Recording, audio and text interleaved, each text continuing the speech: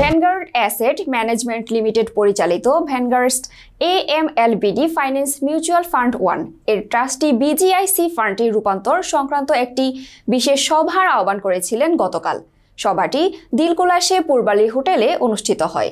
সভায় বিনিয়োগকারীদের মতামতের ভিত্তিতে ফান্ডটিতে ওপেন এন্ড ফান্ডে রূপান্তর করার ভোট প্রস্তাব উত্থাপন করা হয়।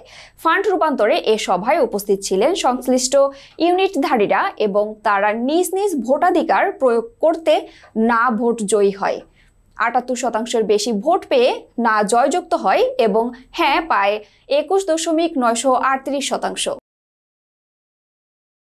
দেশে অ্যাকচুয়ারির সংকট থাকলেও যথাযথ মূল্যায়ন ও চাকরির সুবিধা না দেওয়ায় তারা দেশ ছাড়ছে বলে মন্তব্য করেছেন বিশিষ্ট অ্যাকোয়ারিন ডক্টর মোহাম্মদ সোহরাব উদ্দিন। তিনি বলেন, এর আগেও দেশে অ্যাকোয়ারির তৈরির কিছু উদ্যোগ নেওয়া হয়েছিল, অনেকে আমার সঙ্গে কাজও করেছে, কিন্তু তাদের যথাযথ মূল্যায়ন ও চাকরির সুবিধা না দেওয়ায় তারা দেশের বাইরে চলে গেছেন।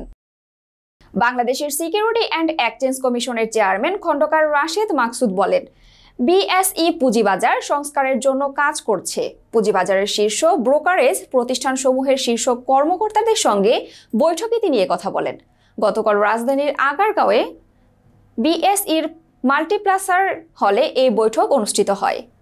BSE চেয়ারম্যান আরও বলেন, সংস্কারের মূল ক্ষেত্রসমূহ মার্জিন রুল, মিউচুয়াল ফান্ড বিধিমালা, IPO বিধিমালা ও কর্পোরেট গভর্নেন্স নীতিমালা যুগোপযোগীকরণ তথা সংস্কারের কাজ করছে BSEC।